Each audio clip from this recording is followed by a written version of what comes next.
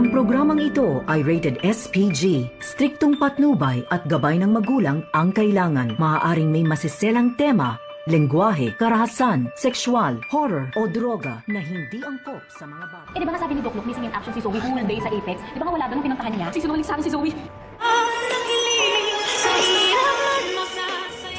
Dinalaw nga nila Nurse Karen at Nurse Evan itong si Annalyn dito sa East Ridge. At dito nalaman ni Annalyn na sinabi daw dito ni Dr. Antonio Locke sa kanila na missing in action daw itong si Zoe sa Apex. Kaya nung pinuntahan daw ni Dr. Antonio itong si Zoe ay wala nga daw ito sa Apex.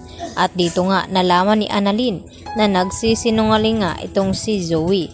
At lalong pinapalala ni Zoe ang hinala dito ni Annalyn na may kinalaman itong si Zoe sa pagkawala ni Don Pepe. At baka magkasabwat pa nga ang mga ito nitong si Moira at itong nga si Zoe.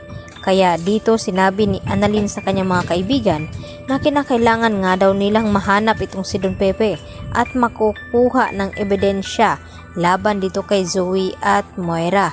Kaya agad din na ipinaalam ni Annalyn dito sa kanyang ina na may kinalaman daw talaga itong si Zoe sa pagkawala ni Don Pepe. At ang payo naman dito ni Lynette kay Annalyn na kung sakali daw na may kinalaman itong si Zoe sa nangyari nga dito kay Don Pepe ay dapat mag-ingat daw itong si Annalyn, baka daw ay mapahamak nga ito.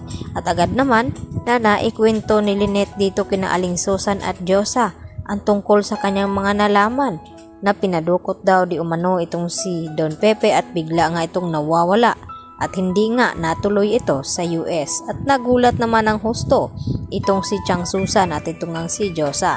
At ang kasunod nito, agad na tinawagan ni Carlos Benitez itong si Moira at kinumpronta na kung bakit nagawa niyang ipadukot itong si Don Pepe.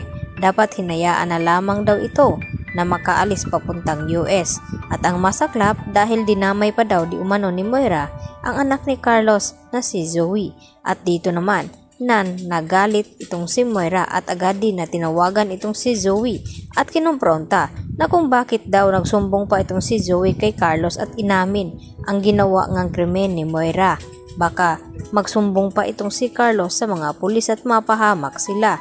At dito nga na sinabi ni Moira kay Zoe na dapat ipaligpit na daw talaga niya ang matanda nang sa ganon ay hindi na siya mahanapan ng ebidensya sa nangyari nga dito kay Don Pepe. At hindi naman sumang-ayon itong si Zoe at dito niya sinumbatan ng kanyang ina na sana hindi na lang daw niya ito tinulungan at pinabayaan na lamang. At gumanti naman itong si Moira kay Zoe at sinabi na walang utang na loob daw itong si Zoe sa kanya. At dito nga na hindi na nag-aksaya ng panahon itong sina Annalyn at ng kanyang mga kaibigan. Kinakailangan na nga nilang umaksyon at hanapin ngayon itong si Don Pepe. At agad ngang napansin dito ni Annalyn itong pulis na kanilang nakita doon sa hotel na tinutuluyan ni Moira. At ito ang kanilang naisip na balak nilang sundan. At dito nga nasundan nila at bumulagta kay Annalyn ang katawan nga dito ni Don Pepe na may tama nga ito at malubha. At agad naman na sinasakluluhan agad ni Annalyn at Nurse Karen. At dito na sinabi ni Annalyn kay Nurse Karen na kinakailangan daw nila agad matawagan itong si Giselle nang sa ganon ay makapadala agad ito ng rescue at matulungan itong si Don Pepe. At labis naman nagulat ng husto itong si Giselle nang makatanggap ng tawag dito nga kay Nurse Karen at sinabi na natagpuan na nga nila itong si Don Pepe dito sa bakanting lote o bodega. Kaya naman hindi na rin nag-aksaya ng panahon itong si Giselle na puntahan agad itong sina Annalyn at itong ang si Nurse Karen at agad nagdala ng tulong dahil kinakailangan maisugod sa ospital itong si Don Pepe bago mahuli ang lahat. Yan ang ating abangan bukas sa Abot Kamay na Pangarap.